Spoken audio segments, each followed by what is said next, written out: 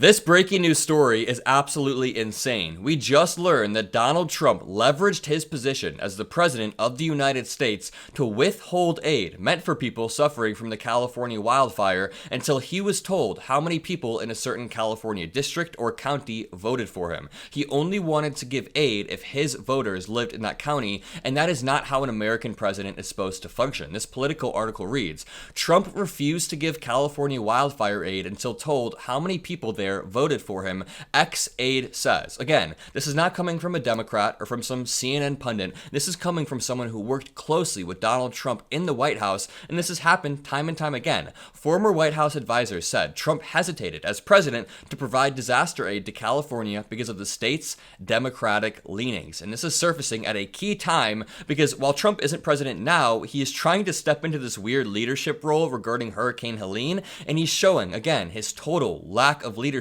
how incompetent he is, how all he can do is undermine people at every turn. For example, watch this clip of Donald Trump undermining Biden and Harris's efforts. And when I say that Trump is trying to step into a leadership role, I mean he's performatively acting like he's caring while undermining Biden and Harris and FEMA every step of the way. Make sure you drop a like, make sure you subscribe, and let's start off with this clip of Trump from the other day. Think of it. People are dying in North Carolina. They're dying all over those 5, 6 states.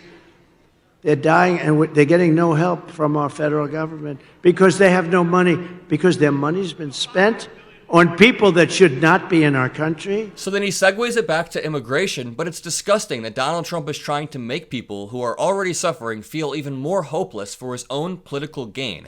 This article reads, New probe confirms Trump officials blocked Puerto Rico from receiving hurricane aid. And Kamala HQ fact checks Trump and says, this is a blatant lie coming from Trump. People are getting help from the federal government. The Biden-Harris administration has provided swift support for the victims of Hurricane Helene. Even Republican officials in these states that are being hit have praised both the Biden administration and the federal response. So this brings us back to today, when this bombshell released, showing that Trump has done exactly what he accused Democrats of doing. I mean, it's just the projection is way too much. In the aftermath of Hurricane Helene, former President Trump has blasted the Biden administration for its handling of the disaster, going so far as to accuse Democratic leaders of ignoring the needs of Republican storm victims. But a review of Trump's record by Politico's E&E News and interviews with two former White House officials show that former President Trump was flagrantly partisan at times in response to disasters and on at least 3 occasions hesitated to give disaster aid to areas he considered politically hostile or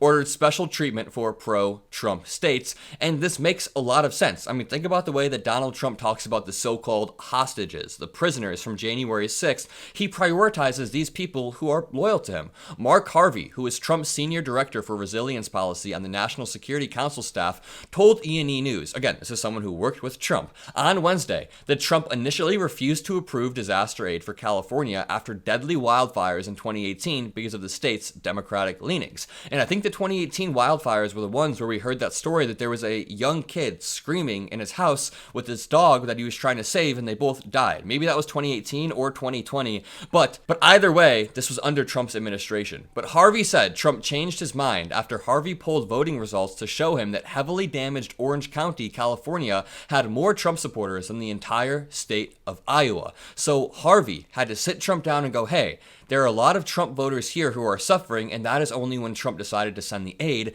This is totally disgusting, and it just taking a step back, it reflects so poorly on not only the United States, but Donald Trump's lack of leadership skills. Time and time again, he has shown that he might be the worst leader on the planet. He prioritizes himself above anybody else. He picks only people who are loyal to him, not people based on their merit. And again, this shows that Trump's leadership, I struggle to even say leadership, is non-existent. Quote, we went as far as looking up how many votes he got in those impacted areas to show him these are people who voted for you, said Harvey, who recently endorsed VP Harris alongside more than 100 Republican former national security officials. What does it tell you when over 100 lifelong Republican national security officials say, hey, We don't agree with VP Harris on everything, and that's fine, but we understand that Trump is such a fundamental threat to democracy that we have to vote for a Democrat. The exchange, not previously reported, drew a dumbfounded response on social media Thursday from President Biden, who summed up Trump's attitude as, quote, "You can't only help those in need if they voted for you." Quote, "It's the most basic part about being president, and this guy knows nothing about it," Biden posted on X. Let's go to the source tweet and read it. Wow, this is some awesome messaging. So Biden's account quote tweeted Scott Waldman and said, "You can't only help those in need if they voted for you. It's the most basic part of being president, and this guy knows nothing about it." That goes back to my broader point about Trump's lack of leadership skills, total lack of leadership skills.